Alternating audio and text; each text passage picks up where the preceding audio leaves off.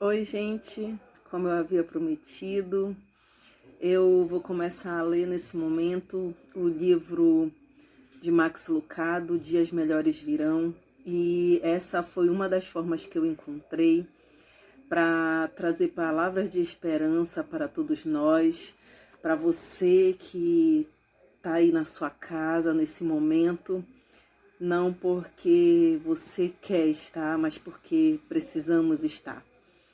Então, essa iniciativa eu tive depois de alguns alunos meus me procurarem, pedindo para que eu pudesse ajudar de alguma forma através dos vídeos. E depois do Senhor ter falado comigo sobre o nosso papel, sobre aquilo que a gente deve ser em meio a esse caos todo. Eu continuo trabalhando e um dos meus trabalhos eu não fui dispensada, como eu falei, isso continua. E a gente percebe que o clima não tem sido muito bom e que as pessoas têm ficado nervosas. Eu também tenho ficado um pouco nervosa com toda essa situação. E a gente precisa manter a calma e precisa continuar crendo, continuar tendo fé, continuar com a nossa esperança viva.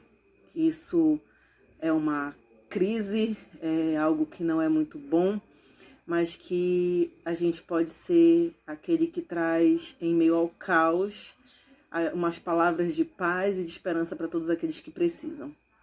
Então essa foi a forma que eu encontrei, não vai ser apenas esse vídeo, vai ter muitos outros, e você pode estar vendo todos eles ou escolhendo aquele que, digamos, se adequar mais a você ou lhe chamar mais atenção. Eu espero que você goste.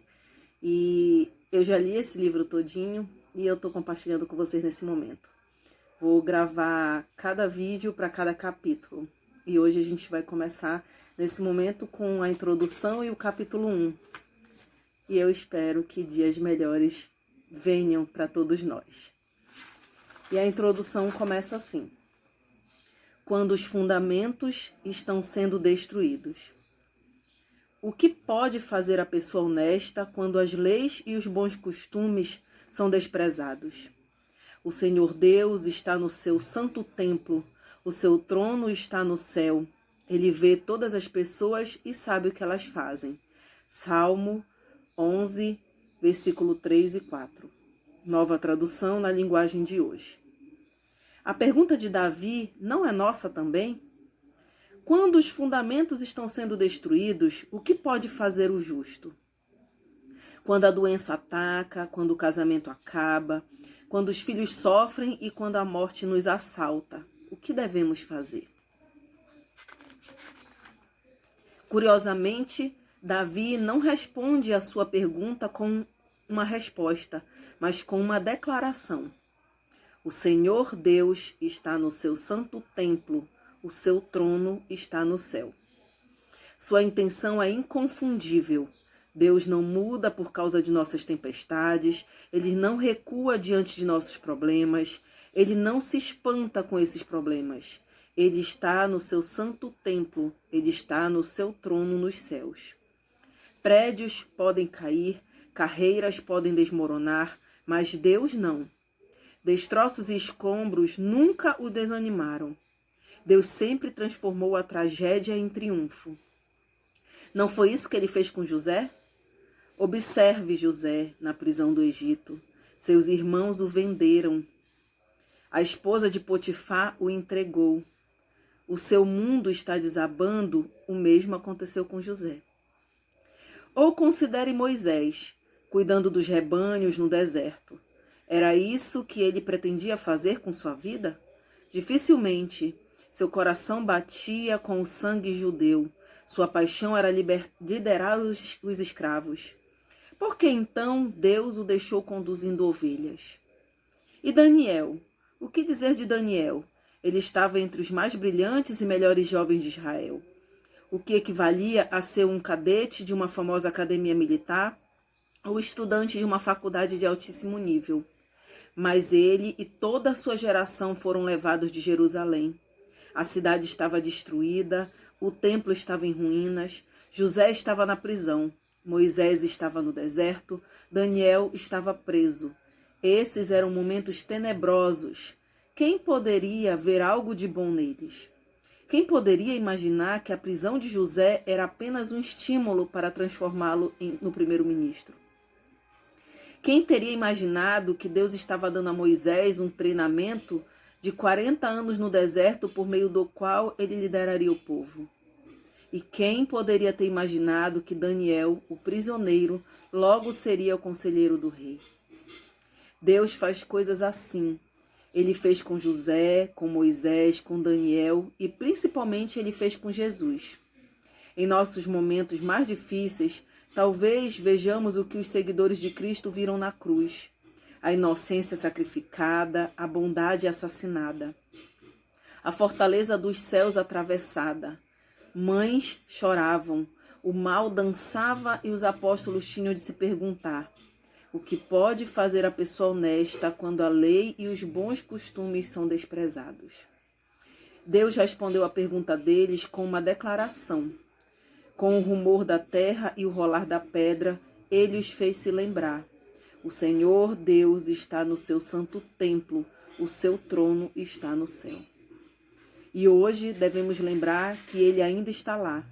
Ele ainda está no seu templo, ele ainda está no seu trono, ainda está no controle. E ele ainda converte prisioneiros em príncipes, cativos em conselheiros e transforma dias difíceis em tempos de descanso. O que ele fez em situações como essas, ele voltará a fazer. Cabe a nós pedir que ele o faça. Nestas páginas faremos perguntas que nos afligem durante momentos difíceis. Quem é nosso Deus? Onde está Deus em tudo isso?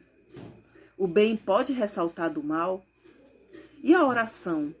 Será que Deus realmente está nos ouvindo?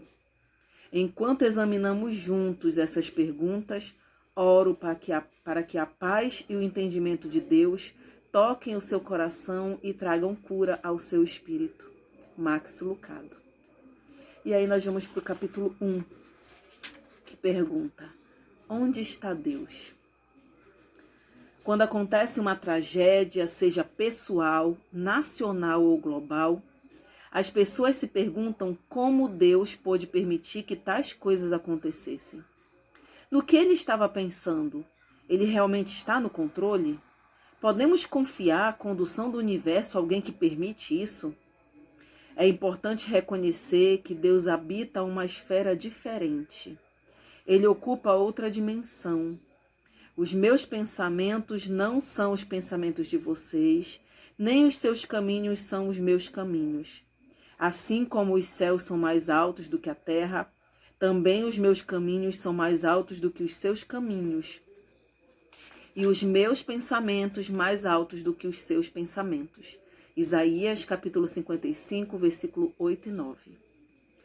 Dê uma atenção especial à comparação implícita. Os pensamentos de Deus não são os nossos pensamentos, nem são como os nossos. Nem estamos na mesma vizinhança. Estamos pensando, preserve o corpo. Ele está pensando, preserve a alma. Sonhamos com um aumento de salário. Ele sonha ressuscitar os mortos. Evitamos a dor e procuramos a paz. Deus usa a dor para trazer paz. Vou viver antes de morrer, decidimos. Morra para que você possa viver, ele instrui. Gostamos do que enferruja, ele gosta do que dura. Alegramo-nos com nossos sucessos, ele se alegra com nossas confissões.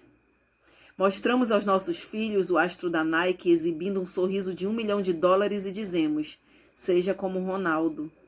Deus aponta para o carpinteiro crucificado, que tem os lábios manchados de sangue em um dos lados dilacerado e diz: seja como Cristo. Nossos pensamentos não são como os pensamentos de Deus, nossos caminhos não são como os seus caminhos. Ele tem uma agenda diferente, habita em uma outra dimensão, vive em outro plano.